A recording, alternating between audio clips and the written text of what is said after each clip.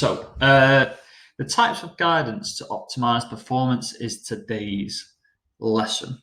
Okay, and we need to start thinking about what types of guidance you might have received in the past. So, well, first of all, what is guidance?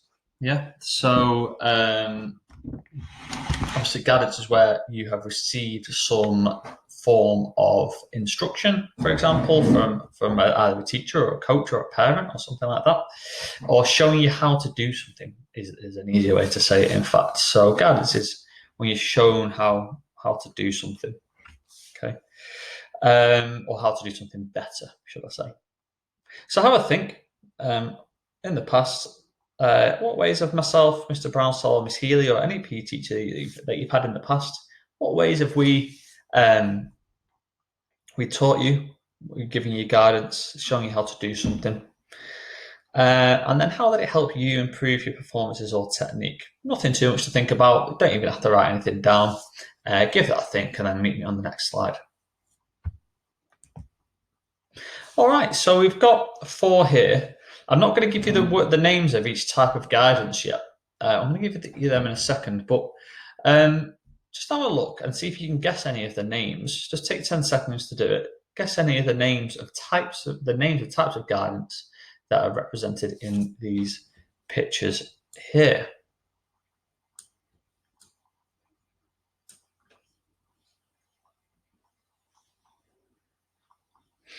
All right, so I'm not going to tell you yet. I'm going to actually give you the 4 words there. So you may have already guessed. I'm guessing you probably guessed visual and verbal, possibly, or with the similar names. You might have got manual or with a similar name. Mechanical probably is not the word that would come to everyone's head first. So now I'm just going to give you another 10 seconds to try and work out which one is which.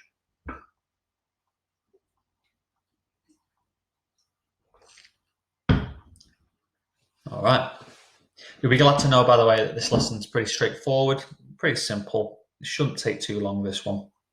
I know the last one did a bit, so I'm being kind to you. So top left there with the world's best player and world's best manager. Kevin De Bruyne is being given verbal guidance by Pep Guardiola there. And that's how he's giving his instruction. He's telling him what to do there, isn't it? The one in the middle with the basketball coaches there, okay, that's a demonstration, isn't it? So that one's going to be visual, and that's a really effective technique and something, if you've been in my practical lessons, which most of you have, that's something I use personally all the time, and every PE teacher does. Top right with the trampolinist, we have got the mechanical. So you've got the harness there that's attached to the ceiling, and that helps the gymnast there rotate forwards and backwards, okay, through the sagittal plane, if you remember those. All right, that's a nice little link to another topic there. And then bottom left, we've got manual, okay, where the coach is using their body to help guide usually a beginner into place, but can be used with a pro athlete as well. So before I go on a little bit further, I always think it's important just to show you where this topic fits in to the wider component and the wider exam. So obviously we're still in exam 2. We're following those topics through, and this is topic 2 of the exam 2, which is sports psychology. And I've said this before on the skills PowerPoint. I wish they called it how to coach as a topic, or coaching, or something like that, because it is sports psychology in a basic sense. I think it's more to do with what you need in your tool belt to be a really good coach. And I know a load of you, if it's not your career choice, a load of you might at some point be coaching in your lives, because you're all sporty people. Even if it's just like a part-time job when you leave school and stuff. I did that, earned a bit of money doing it that way. I know loads of other PE teachers will have done too.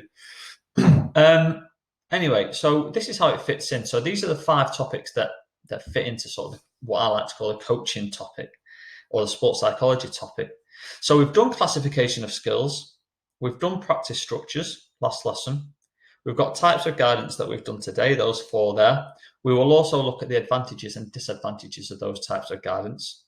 And then the last 2 topics we've got are types of feedback and SMART targets. You've probably heard about SMART targets before, but don't worry about those 2 topics yet. So, can you think of any ways that you would receive each type of guidance? So any more ways, should I say? So you got 4.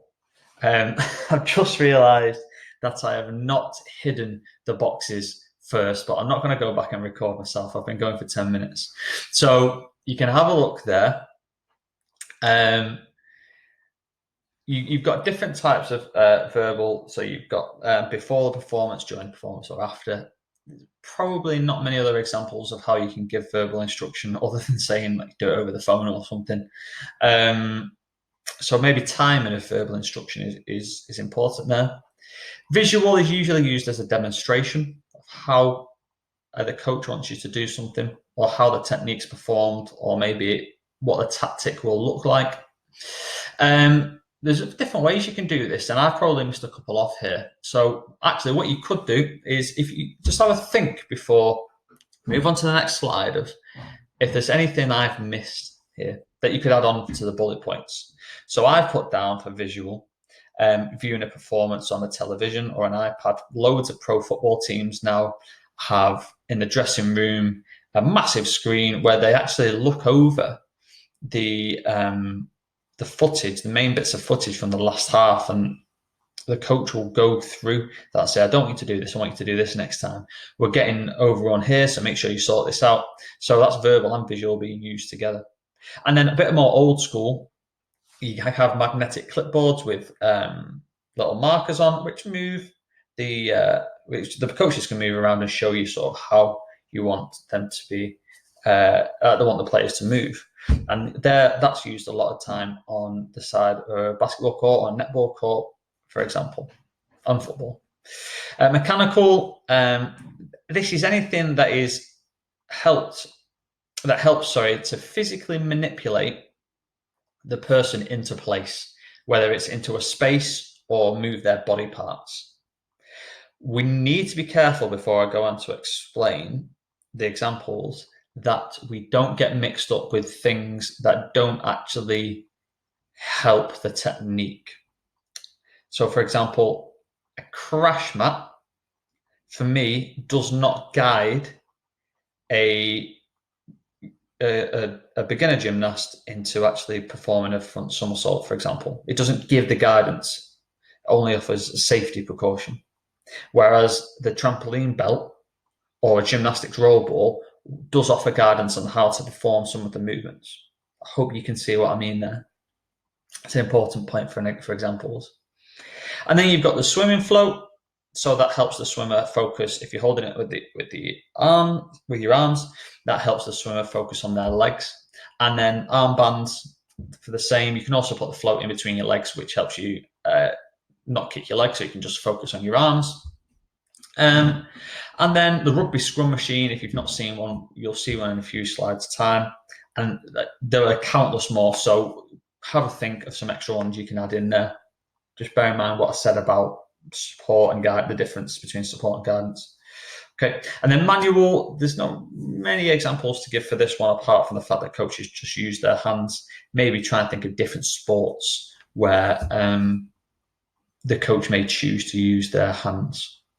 Okay, usually being used with complex or dangerous skills. So pause me, just have a think of more examples for visual and mechanical, and then meet me on the next slide. All right, so I've got a short video here, really short. What I'd like you to do is just in your book or notepad, just note down the 4 types of guidance that we've just been through, and then give yourself a bit of space. And all you're going to do is say where you've seen each type of guidance in this video and why was it useful for that player to receive it. Just one sentence, so 2 sentences for each, basically. You might need to pause me to set that up, Obviously, you might need to pause me or replay the video whenever you want as well. Okay, your boat on, you're on your knees, back row. And what do I do? As soon as I say crouch, touch. As soon as I say touch, what are you doing, back row? Perfect. Look at the position you're in. You can get a bit closer in there. Good position. This is the position we want to see the back row in. Look at that. Here, there, there. Crouch. Good. Touch. Pause. Engage. Okay, jump up. Stop there. Stop there. Stop there. Good. All right. So pause me, and I'm going to explain what I think. What we need to do after you've written what down, what you think. Okay, so pause me now, and then I'll carry on. All right. So hopefully that was a relatively simple task for you. If not, don't worry. We'll get there in the end. So I'm going to play it and talk through it. So I'm just going to make this a bit quieter. Let's go. Right, so he's speaking already. So there's your verbal instructions straight away. Giving instructions. And the questions as well are really useful. Look at this there. Right, pause it. Like straight away, he's like, no, you're too wide. Gets right into the scrum there. He's physically putting him in there and physically demonstrating, physically showing that player what they've been doing wrong and how they need to be. Okay, so that's manual by the coach. So let's keep going. Good position. Or should I say? Well, I've explained why that's important for the player, because they were out of position and they needed to be in position. Maybe they weren't low enough down as well. So for a safety reason, he said, no, get your shoulders lower, or he sort of forced his shoulders lower. He might not have even said that to him. And then you'll notice he's also sort of tapping them on the back to say, yeah, that you're in the right position. It's not really guidance because he's only sort of tapping them, but still use of manual.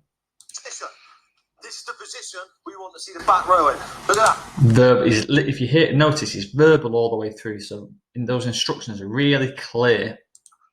Here, there. Crouch. Good. Touch. Pause. Engage. I knew I'd do that. Right. So actually, if we look here, the mechanical bit is the scrum machine, that's called. And this is really useful because it takes away any opponent. So actually, we can link it into practice structures. So this, if there was players on the other side causing a scrum, that there's variables there. Things can go wrong. Whereas in this way, it's actually a fixed practice. And what it does is it takes away any elements that might cause a surprise to them, and they can really just focus in on their skill. They can isolate the skill and practice it over and over again.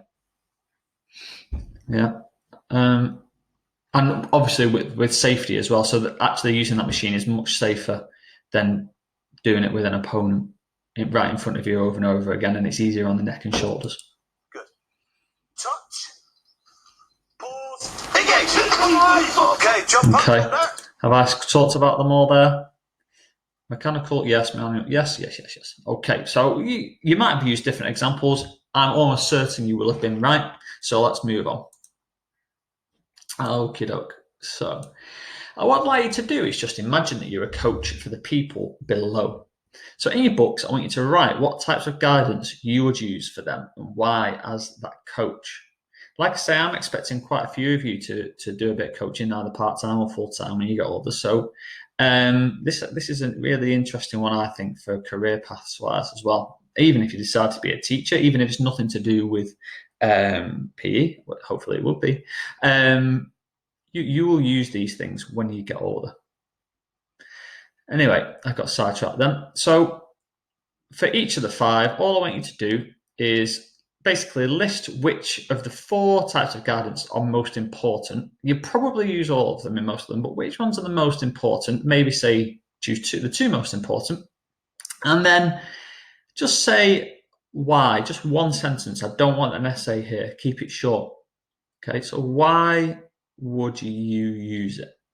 So pause me, take as long as you need, but I'm not expecting more than 5 or 10 minutes on this. Maybe not even 5, okay? And then I'll go through and explain it. Okay. So let's start at the top left. So top left, you've got the swim coach here. I've given you a few clues in the pictures already, really. If I was being really mean, I would have just given you the list of the sports people. But obviously this one's a beginner. So this coach is using manual guidance here, showing the student how the arm movement should look, what it should look like and how it should feel. So the advantage of that is when she's showing the arm movement how it should go through the air, when she takes that away, hopefully the student will find it easier to replicate that motion without her support. Okay. She's got him using the float there as well. So the swimmer would use that to just practice just using the legs. So hopefully, without having to think about using his arms, he can just focus on how good his leg kicks are and keeping his body rigid. Yeah. So he can focus in on one specific skill. So there's the two there. I think verbal's an obvious one. So I don't think verbal's quite as good as the manual or mechanical, because verbal for someone young, it's harder for them to understand what the coach is asking of them. Okay. You could also show visual as well, like a video of a swimmer. That'd be the sort of third most effective, I would say.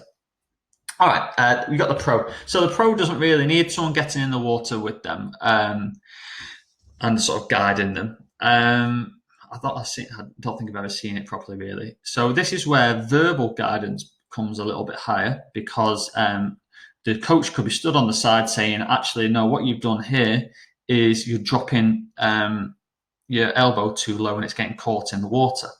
Okay, so that's verbal.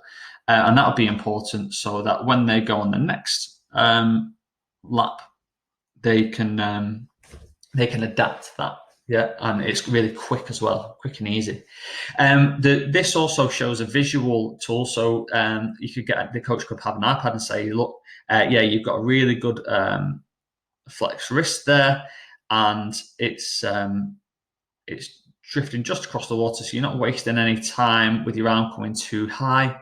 And it's basically just saying, yeah, your technique's good, keep it going like this. And then, so there's two ones. Swimmers, the swimmers of you in our classes will know that you still use the mechanical guidance. So floats are still used to practice kicking. You've even got flippers as well. So flippers to practice the kick through your hip flexors. And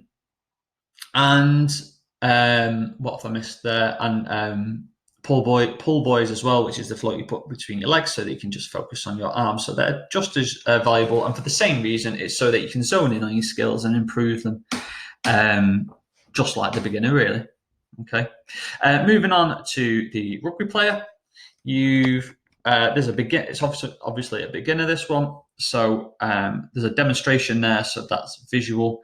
And the benefits of that is just so to make sure that the technique is safe to perform and they know how to do it.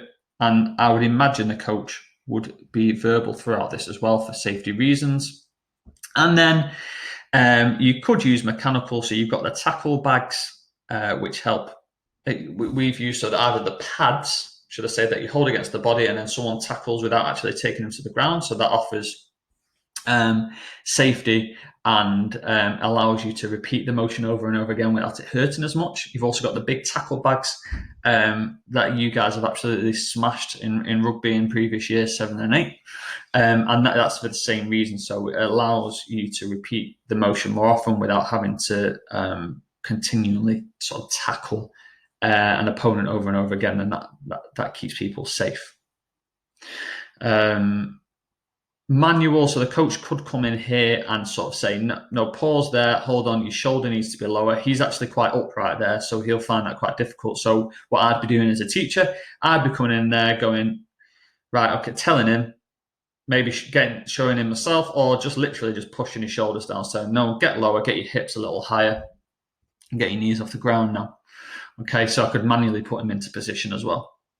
The coach bottom left.